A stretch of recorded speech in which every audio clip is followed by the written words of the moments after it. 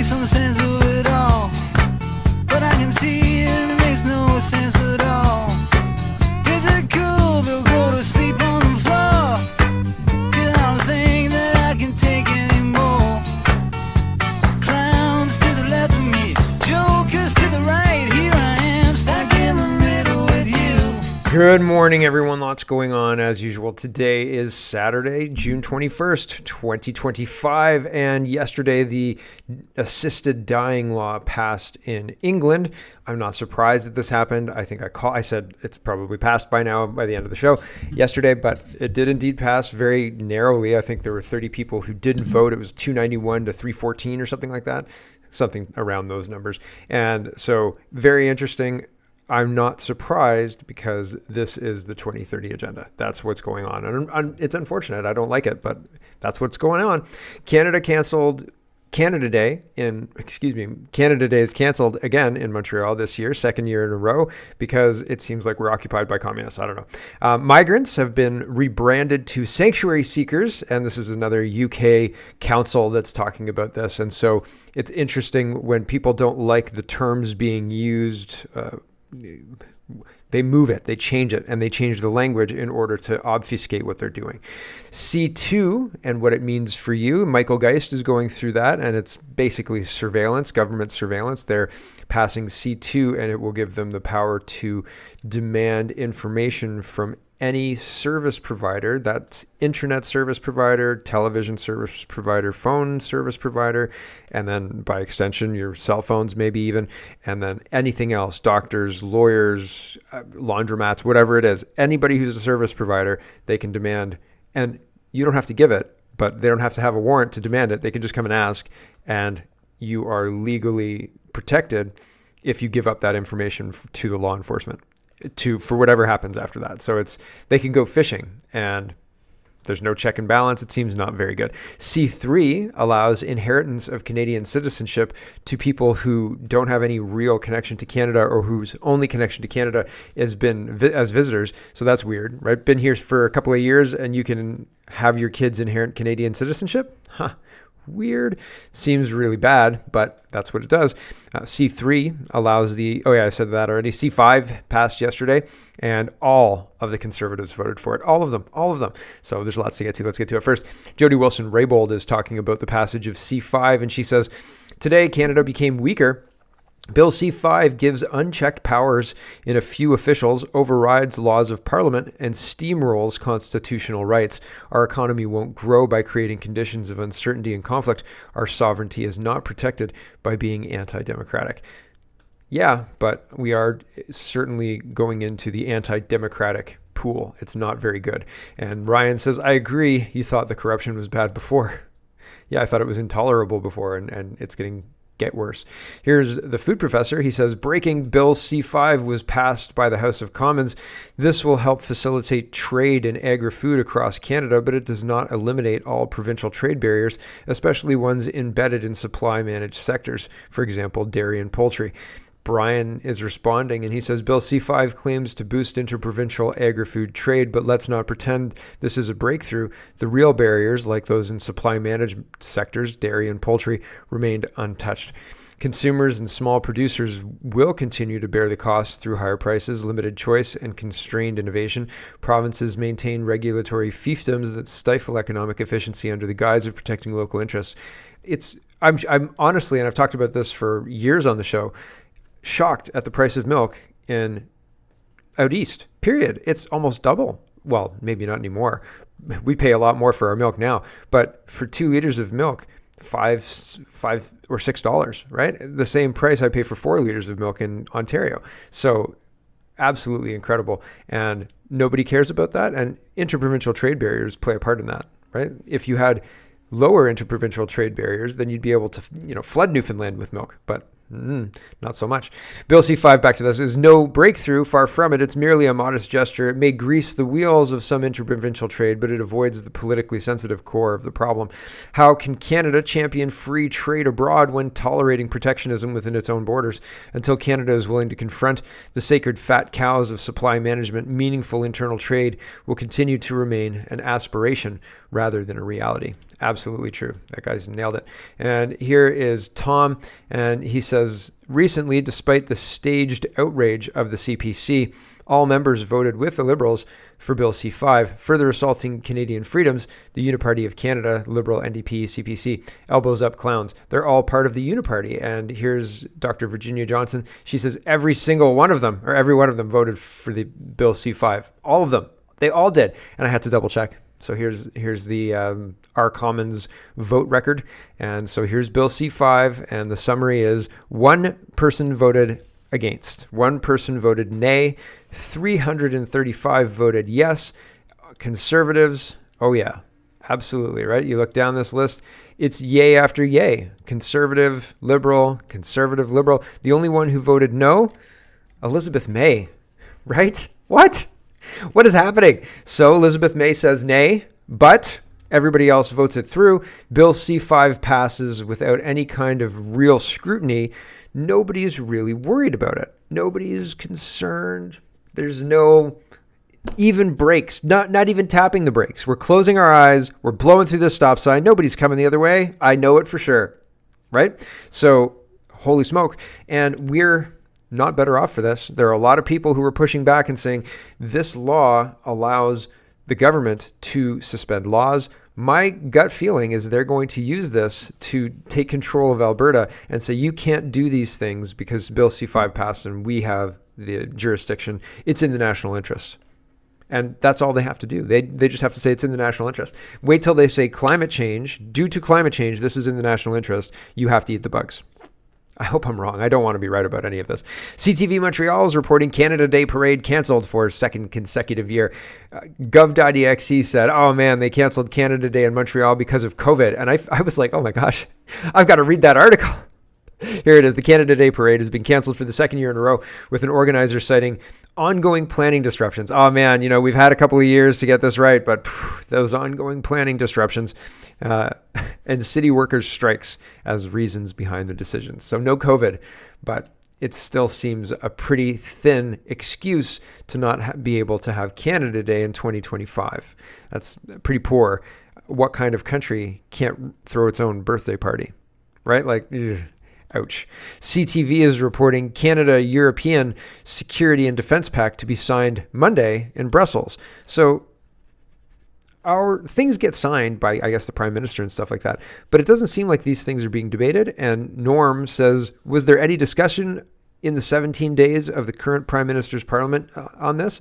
What's the price tag? How much is this going to be? Did anybody vote that did it come up in the House of Commons? Did they vote for it? It's just happening because Carney says so and he's the figurehead who can go sign things?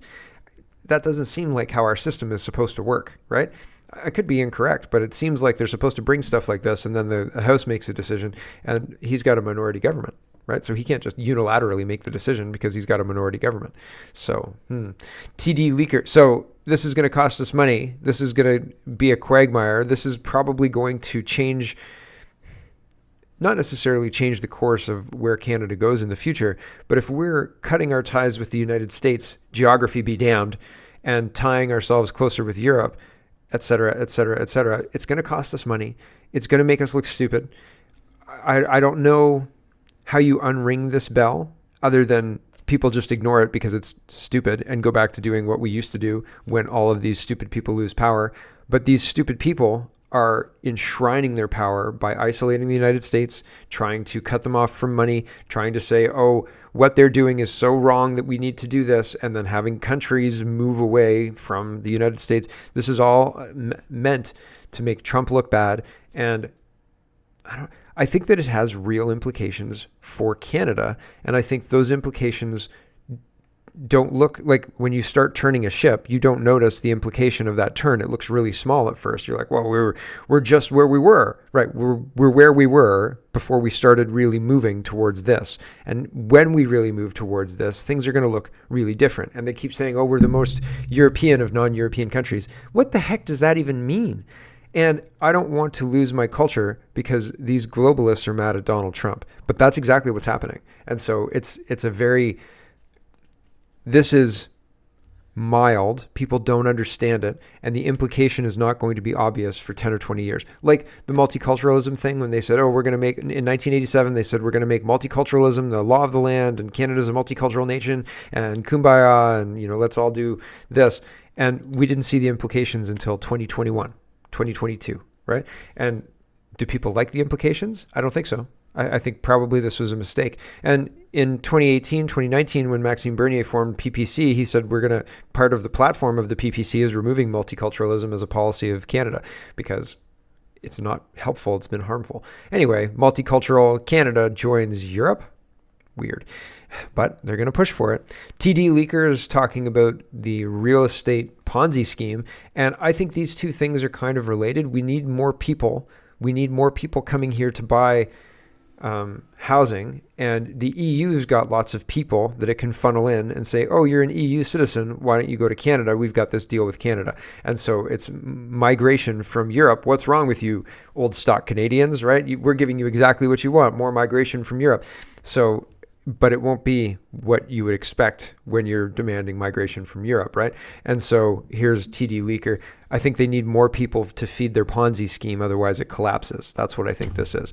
TD Leaker says, a trusted source shares this. I'm spilling the beans, or I'm spilling the tea, because I'm fed up. I've seen the real estate industrial complex from the inside, and it's a total ripoff. They're using our tax dollars to bring in waves of immigrants, all to keep their shady pump and dump real estate scam going. It's like the Pentagon, but instead of wars, they're bankrolling a housing hustle.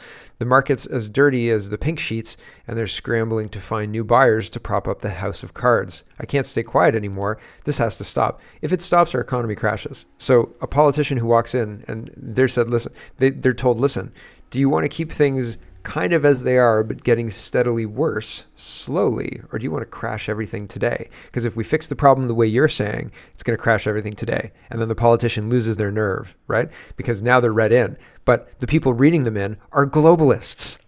So they're going to paint it as bad a picture as possible. And then they're going to do everything they can to make the markets match that bad picture. Everybody told Trump, your economy is going to crash. And then they tried to make that happen. But Trump was too steady-handed, and he continued, and that didn't happen, right? And the economy was able to adjust the trade deals to be tolerable for the markets and tolerable for the people making money. And well, here we are, and apocalypse meow didn't happen. Okay, so it is one of those things where they will do everything they can to scare the hell out of you, to stop you from doing things that will meaningfully fix things. And the way they do that is they build in these poison pills. They know those poison pills are built in, and they just wait for you to try and undo it. Because when you undo it, they can trigger those market meltdowns. And then your citizens will say, where's my chocolate cereal? And you'll say, no, we have to fix this. And the citizens will demand the chocolate cereal over fixing things because, well, humans are like that, unfortunately. I've got an ostrich update for you. Moving on just a little bit. Drea Humphreys says, breaking ostrich farm news, and it's good news.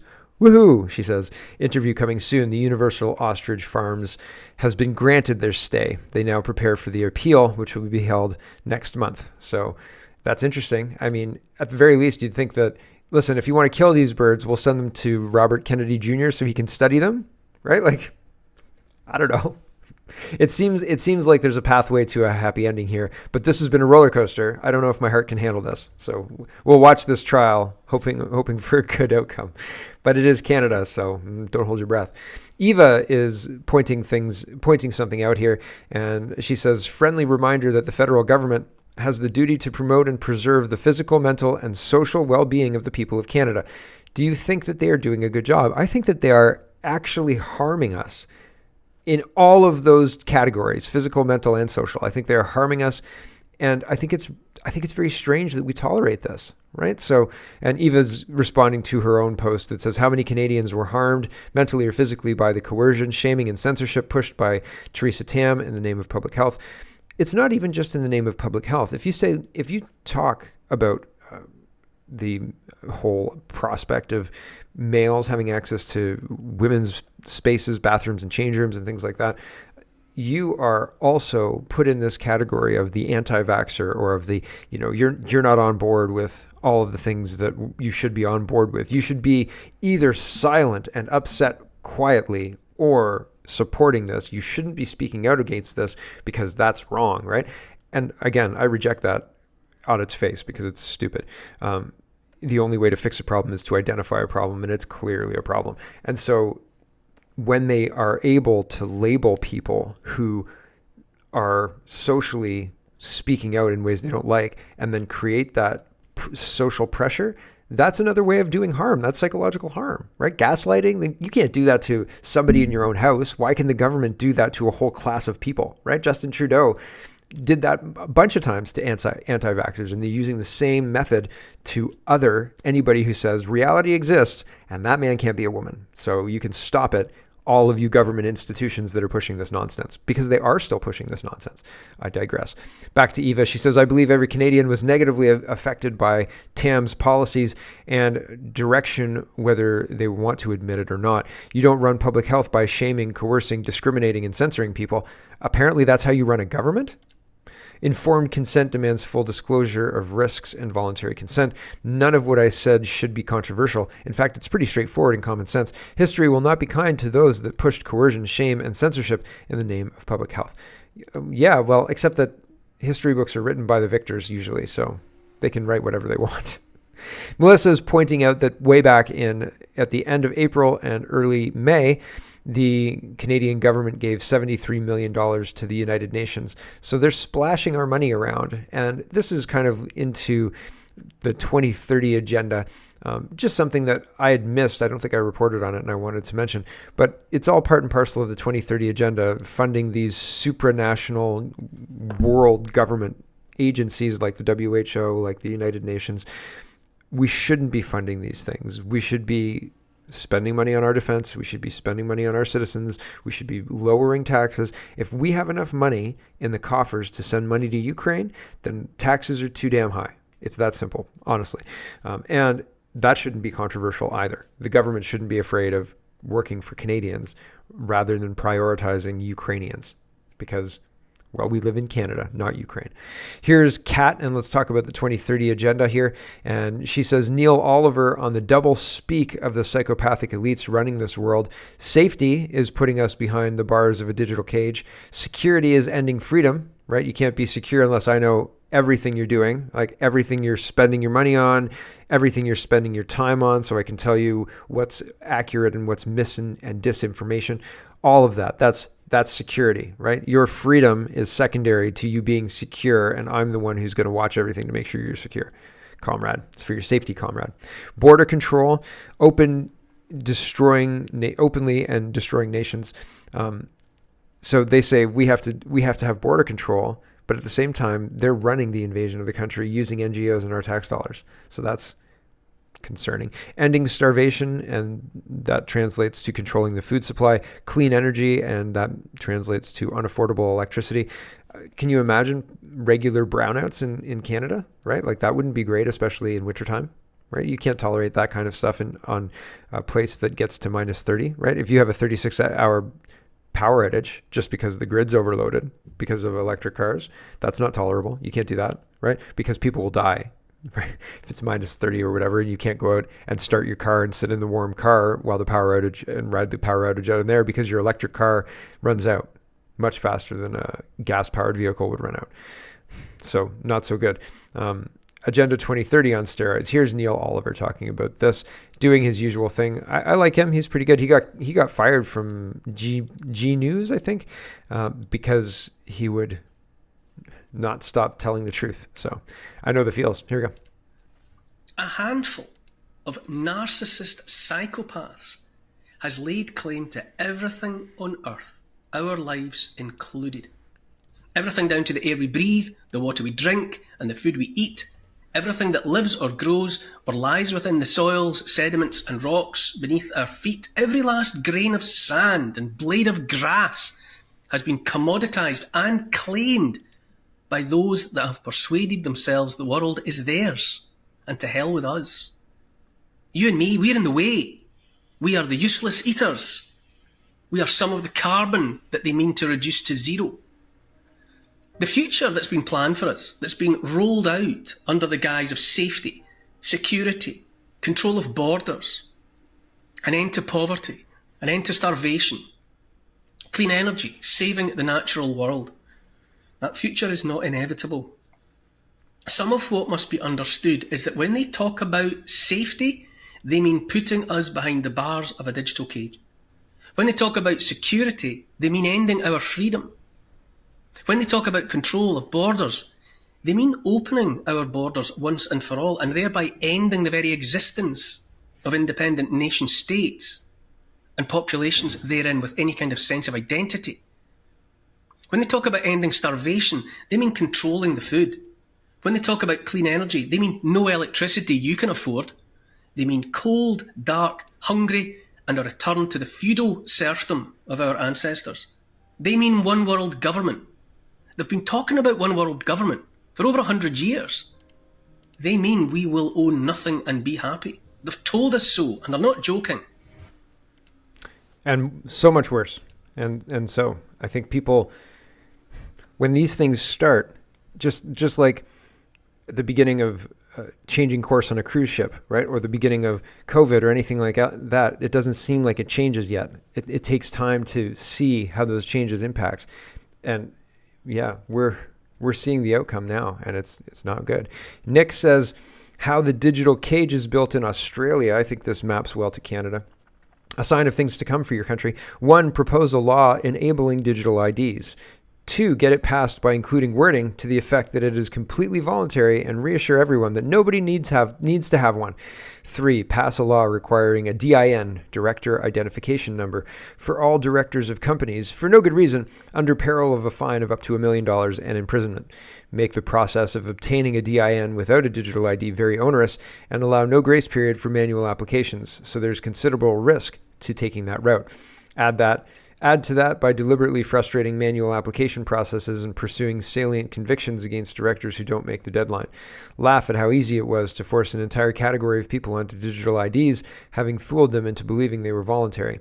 Australia does not have a constitutional right to privacy. Its Privacy Act provides multiple potential loopholes. Warrantless access to telecoms metadata is already provided for, and there's a giant exception for information gathered under the pretext of law enforcement or even vaguely identified national security. This includes ensuring tax compliance. Not surprisingly, the agency enforcing privacy protection is pretty toothless and has a poor track record of responding to and acting upon breaches thereof. This is how the digital cage is built. The next step would be to declare the climate crisis a threat to national security and allow governments to collect personal consumption information. And then, watch this space. You know where things are heading. Yeah, and here's Michael Geist talking about all of this as well. And this is how this applies to Canada. And this is Bill C-2, Mark Carney's Bill C-2. The Conservatives will probably enthusiastically vote for that, just like they voted for C-5, right? Lawful access on steroids, says Michael Geist. Why Bill C-2's Big Brother tactics combine expansive warrantless disclosure with unprecedented secrecy. Earlier this week, Geist wrote about how the government's inclusion of warrantless information demand powers in Bill C-2 may make this the most dangerous lawful access proposal yet. The Post emphasized the broad scope of the information demand power.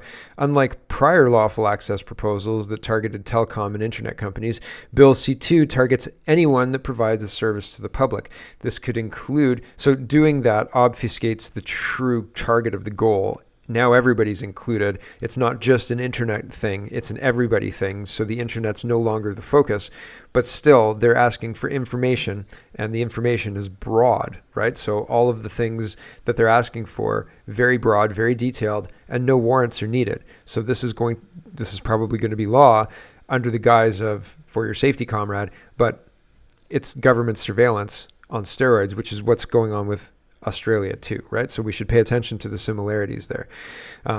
So anyone that provides a service to the public, this could include physicians, lawyers, accountants, financial institutions, hotels, car rental companies, libraries, educational institutions. The list literally never ends. Each of these service providers could be compelled to confirm whether they have provided services to any subscriber, client, account, or identifier. They must also disclose whether they have any information about the subscriber, client, account, or identifier, as well as advise where and when they provide that service. On top of that, they must advise when they started providing the service and list the names of any other person that may have provided other services. all without a warrant or court oversight. So not only do you have to provide the information you have to speculate about what other services they might have. Crazy. The lack of transparency, I scroll down just a little bit. The lack of transparency is the product of several things. First, the bill itself grants law enforcement the power to mandate that the recipient of the demand not disclose its existence for up to 1 year. Providers will therefore be barred from disclosing the information demanded or the information demand to their subscriber or clients. Second, the bill creates a safe harbor that encourages providers to disclose information about their subscribers or clients without either a warrant or an information demand. Rather, the bill opens the door to law enforcement simply requesting that the information be disclosed on a voluntary basis. Should the provider comply, law enforcement is entitled to use the information, and the provider is granted full legal immunity from any liability for having disclosed it. The 3 relevant provisions are here, and link is in the description if you're interested. While larger companies, not to mention physicians, lawyers, and other professionals, will presumably refuse to voluntarily disclose information without an information demand or more, the framework is designed to allow law enforcement to encourage quiet cooperation with no risk of liability. Third, by encompassing all service providers in Canada as potential targets to information demands, Bill C-2 effectively destroys long-standing efforts at encouraging transparency with law enforcement requests. Law enforcement has been notoriously bad at documenting and disclosing their use of disclosure requests. However, larger telecom and internet companies release annual transparency reports that disclose lawful access requests. For example, last year, Rogers released information involving 160,000 customers pursuant to a court order or a warrant. There were a further 98,000 and change disclosures involving emergency situations. The data also raises questions about what problem Bill C-2 is trying to solve. It's a surveillance bill. It's 2030 agenda compliant surveillance bill. That's all it is. And so more fool us, right? LBL is responding to Lambeth Council. This is a new tweet from Lambeth Council, June 20th. And Lambeth Council is in the United Kingdom, I believe. London Borough of Lambeth. So it's a suburb of London. And they say, in Lambeth, we're committed to supporting sanctuary seekers. So we've launched a new Welcome to Lambeth guide to help newly arrived sanctuary seekers to settle in and feel part of the community. Thanks for your support. And so this person says they're sanctuary seekers now. The guide was created by former sanctuary seekers. So this guide was created by Abdul, Allen, Awet, DeWitt, Fitzroyal, Habtom, Herv, Jamal, Safia, Shefquat, and Siam. So yeah, welcome to Lambeth, says Abdul. Crazy town, right? The invasion is part of the 2030 agenda, and noticing, well, that's verboten. You're not allowed to do that. Goodness me, right? Here is Tucker Carlson talking about the global New World Order, and Tucker Carlson saying things that I usually say. Holy smoke-a-ronies, isn't that weird? All the noticing, all of a sudden. Here we go. I feel like an idiot for being... It's been 1 day since this incident of fast talking, and now I muted it. Here we go. Sorry. Shocked because, of course, it's not a democracy. Of course, the system is rigged. It's fake because no matter who gets elected, you get the same foreign policy, you get the same economic policy, and the Epstein videos remain Or the conservatives just voted with the liberals to pass C-5, whatever. It's all the same. secret. So, like, that just shows you that our system has no effect on the actual system. Wait, what are you talking about? I thought we could all sleep well at night now knowing that Epstein legitimately himself, right? I've dug into that, and it's just so spooky what's going on with that. I mean, how do you charge a guy with trafficking when there are no end users that have been charged? Who did he traffic to? I don't know. You got me on that one. I mean, right? How do you charge him with that if that's where the trail starts? Where does it end? I think there's just a lot more going on than the majority of people know about. What do you think that was? What do I think it was? Yeah. I think it was a blackmail operation. What do you think it was? I think it was a blackmail operation run by the CIA and the Israeli intel services, and probably others. You know, French intelligence always has a hand in everything. Well, hold on. Let's diffuse a little bit here. Let's just make sure other people, other agencies too, not just that one. Anyway, regardless, very interesting. People are allowed to notice that the whole system's fake all of a sudden? We're all allowed to talk about that now? Okay, the whole system's fake. What are we going to do about it?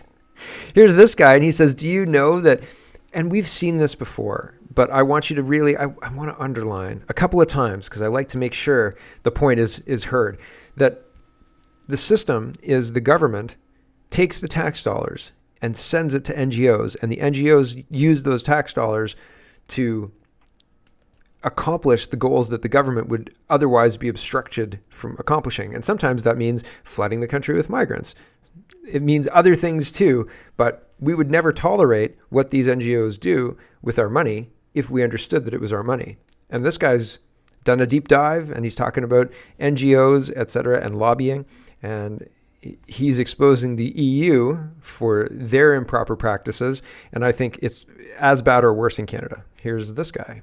The European Commission of Ursula von der Leyen is paying NGOs to lobby their policies into us, members of the European Parliament. Yes, guys, even if this sounds crazy, it's not a conspiracy theory. It has been widely reported that NGOs are using taxpayer money given by the European Commission to lobby us on certain policies. More specifically, it's been reported that they are lobbying mostly in favor of the EU Green Deal, using the money from the European Commission's program called LIFE that can give up to 700,000 euros to each NGO per year. But wait, my friend, this gets worse. A member of the European Parliament called Dirk Gotting started to ask questions to the Commission about the contracts and the money given to the NGOs. And what was the response of the Commission? Well, they said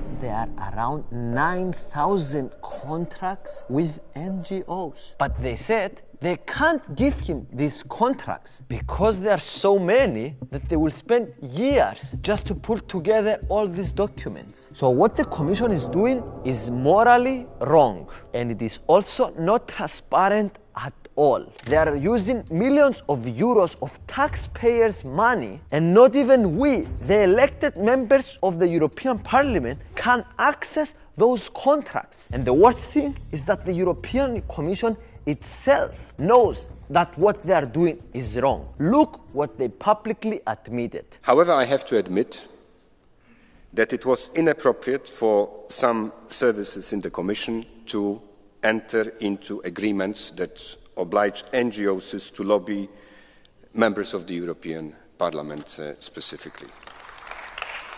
I'm not against NGOs, and I actually think lobbying can be useful sometimes. But what you can't do is to fund NGOs and lobbyists with taxpayers' money and force your policies to the members of the European Parliament. NGOs fucking mean non-governmental organizations. So why the are receiving money from the government? But I'm curious to hear what you think. So there you go.